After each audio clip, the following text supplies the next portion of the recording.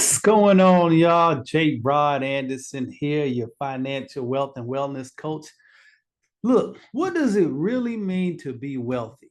And are you wealthy low key and not even realize it? So that's what I want to talk about in this video. What does it really mean to be wealthy, and what does wealth really mean? So before I get started, as always, let me just give you my financial disclaimer. I'm not a financial advisor. I am a financial coach, though. So if you need some help getting your financial affairs in order, come holler at your boy. But this video is for informational and educational purposes only, and you should definitely consult with a financial professional who is familiar with the unique details of your financial situation. So make sure you do that. But let's go ahead and jump into this. So what does it really mean to be wealthy? So I wanted to start, basically, I want to do etymological, if that's a word. Y'all know what etymology mean now. Come on now. But I want to go through a word study of the word wealth and really go back and see what was the original definition of the word wealth, because let's be honest, it's okay to want to be well off and to be wealthy, and that's okay. But in pursuing that, do you really understand what it originally means? And are you really pursuing to be wealthy based on what wealth truly is? So let's go ahead and jump into this quick word study. So here's some modern definitions of the word wealth. First one is abundance of valuable assets or physical possessions. So I want you all to just kind of keep a mental mark of these definitions as I go through them in your mind. So abundance of valuable assets or physical possessions. That's one. Prosperity or external possessions. So keep a note of that. Prosperity or external possessions. From an economic standpoint, wealth is the stock variable measured at a particular point in time, or large quantities of something desirable. Here's a definition from Investopedia. Wealth is the total value of all assets owned by a person, a community, a company, or a country. So here again, the focus is on physical, tangible assets that a person, country, community, or a company may own. Is measured by taking the market value of all physical and tangible assets owned and then subtracting all debts. So here was another definition from Oxford Dictionary. Wealth is an abundance of valuable possessions or money. It's the state of being rich, material prosperity, plentiful supplies of a particular resource. And so, yeah, I've been talking about money and finances for quite a while now. And I mean, I'm all for being prosperous and having plenty of money, like petrol money to do whatever it is that you want. But I'm just coming from a spiritual background and perspective. I always knew that like that can't be it. Like it can't just be. I think spiritually, a lot of times we just said, well, money is the root of all evil, which that's not what it said. It says the love of money is the root of all evil. But I think coming from the spiritual perspective, we've demonized money so much and we put so much fear around it. And if you don't tithe, God is going to get you. And, you're going to be cursed if you don't give the tithe, and money is evil and all these different things. So I kind of had to break away from that way of thinking, because come on, let's use some common sense. You need money and finances to operate and to live comfortably in this world. But even beyond that, it extends much further than that. It requires money and resources and plenty of it to be able to be a blessing to other people and to be able to impact communities, to be able to impact countries. So that physical material pursuit of possessions and goods and money. So that's why I decided to do, and you all know wealth has been my word. I have a shirt that I created, and I'm sure you've seen me with it. It's that wealth is in my DNA. And I created that shirt because I got a revelation that like wealth is more about who you are than it is about the material aspects of what you have. And I just needed some confirmation. I was just been doing some research to get some confirmation to add a little bit more validity to that, that, hey, it's more than just the dollar amount that you have in the bank, is more than the stocks and um, the investments that you have. Like, it's so much more than that. So that's what led me to do this word study on the word wealth. Now, let me tell you what I found out when I went and did um, study of the origins of the word wealth. So, what does it really mean to be wealthy? So, the word wealth is derived from a German word, and the root word of wealth is Wella, Wela, and that word Wella means well-being. So now you notice it didn't make any distinctions on anything um, external. It didn't say anything about possessions. That root word Wella just means well-being, and the th was added to produce the word wealthy, Welthe, and th was added to produce the word wealthy, and so that meant the state or condition of being. So when you put those two together, the original concept of the word, the original medieval concept of the word was holistic. So it was well being, it was prosperity. But get this, prosperity including social relationships and spiritual well being. I was like, okay, man, when I saw this, I was like, okay, this is what we've been missing. So that word is rooted in holistic wellness. It's not just the material, the external part, but it deals with the spiritual part of you. It deals with your social relationships. And another interesting thing, the word wealth follows after the same pattern as the word health. They're both, with the exception of the first letters, they're spelled the same way. So wealth was really inclusive of health as well. So when you put that all together, it's really the state or condition of being well or whole. And how many of you all know that includes way more than just your possessions? But it does include your possessions. So that's where we need to kind of draw the balance out. So, some folks want to get all spiritual and leave out the material possessions part, and your money and the assets that you have.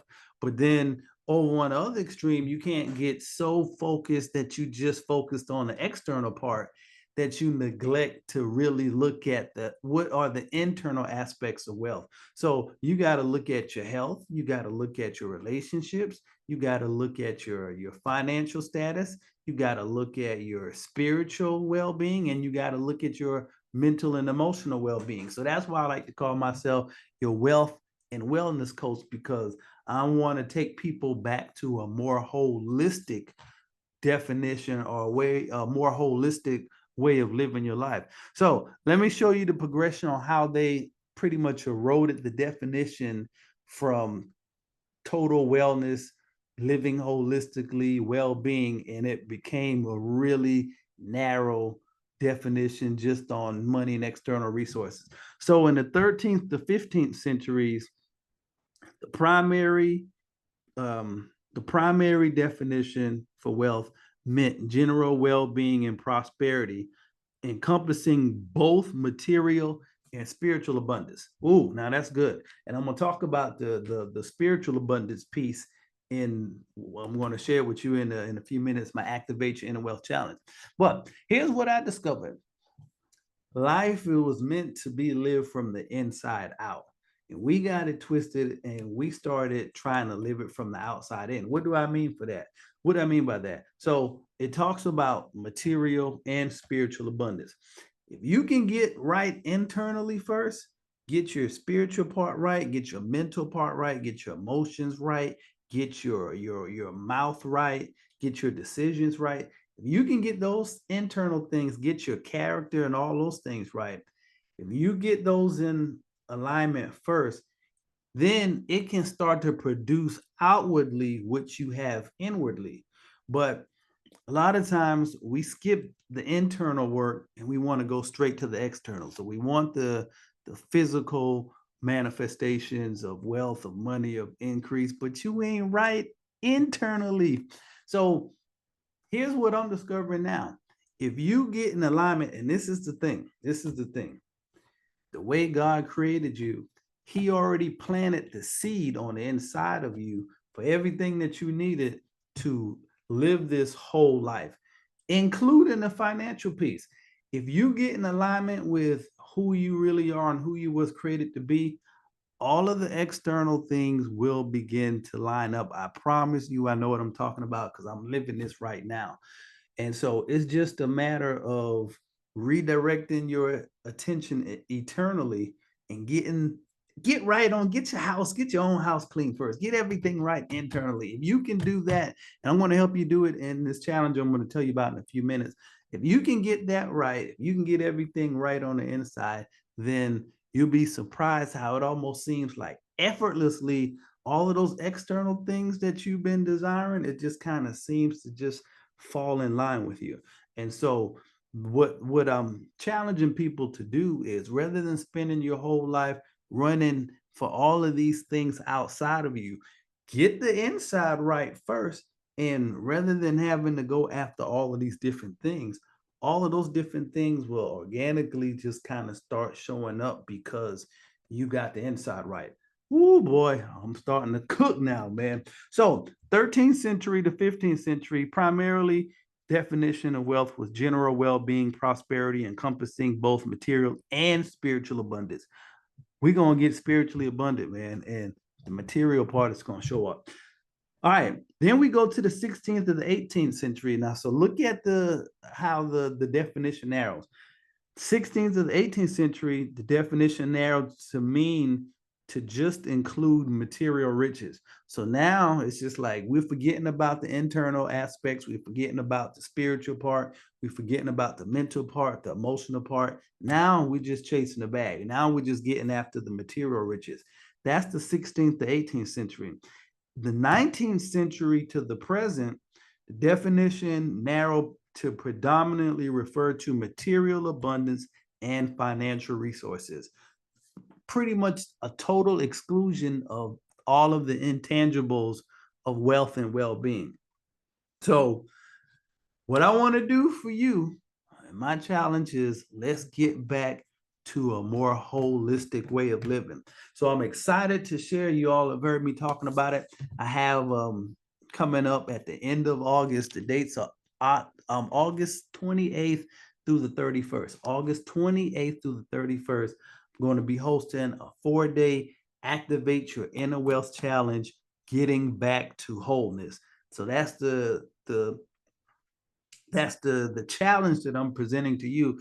Let's get back to wholeness. So look, when you get back to wholeness, that means that there's nothing missing. And I mean, that means that the money is looking right, mentally you're looking right, emotionally you're looking right, your relationships are looking right.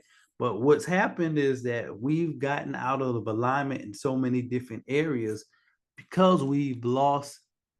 I don't even know if we've ever truly known who we really are. And so my challenge for you over those 4 days is to awaken on the inside of you who you truly are, your true original identity, how God created you. And what you're going to discover is basically in how he created you, the seeds for this well-being, for this wealth, for this holistic lifestyle has already been planet on the inside of you. The problem is you don't you're not aware of that part of your identity, number one. And number two, you're out of alignment with it. So in 4 days, I'm going to awaken you to the inner wealth DNA, that inner aspect of your being on the inside of you that pretty much has the power to create a holistic life, but it begins on the inside. And the step one of that is you discovering exactly who you are and how you were created. So again, it's about getting back to and aligning with the more holistic origins of wealth and well-being to include every area of your life versus the limited notion of material success. So that's all that's all I got for you in this particular episode. But I really want you to go back and listen to this again and think about think about this. In many ways, you're already wealthy. So let's look at wealth now in as a meaning wholeness and well-being. So true, all of the financial aspects may not be in line yet. And the other part, there's some natural things that you got to do. So remember, you have to get in alignment. So what does that look like? If we're talking about you tapping into your wealth identity to the place that you start to live a whole life, including finances, that means you're going to have to align everything with that aspect of who you are. So, in other words, if you're spending more than you're making, then you're out of alignment. So, there's a whole bunch of natural things that we're going to have to do too to get in alignment. And so, the reason why things may be a little bit challenging for you now is because you may be out of alignment.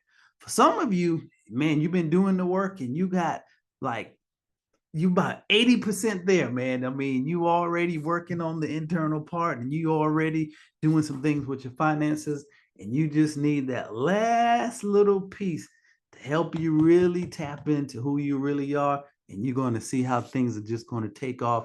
I'm speaking to you too. So I want both of you, those who are just getting started and just like, I don't even know who I am.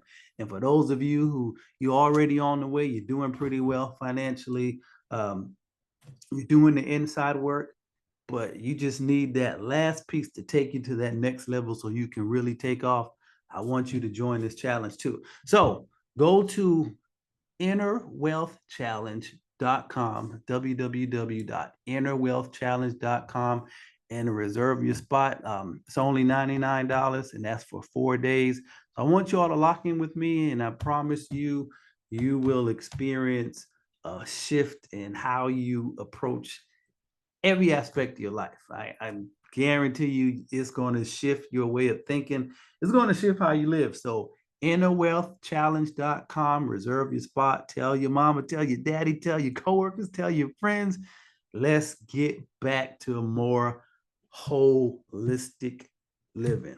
And that's what true wealth really means. And truth be told, you may already be halfway there, and I want to help you get the rest of the way. All right. Thank you so much for tuning in, and I'll see you in the next video. I'll see you next time. Later.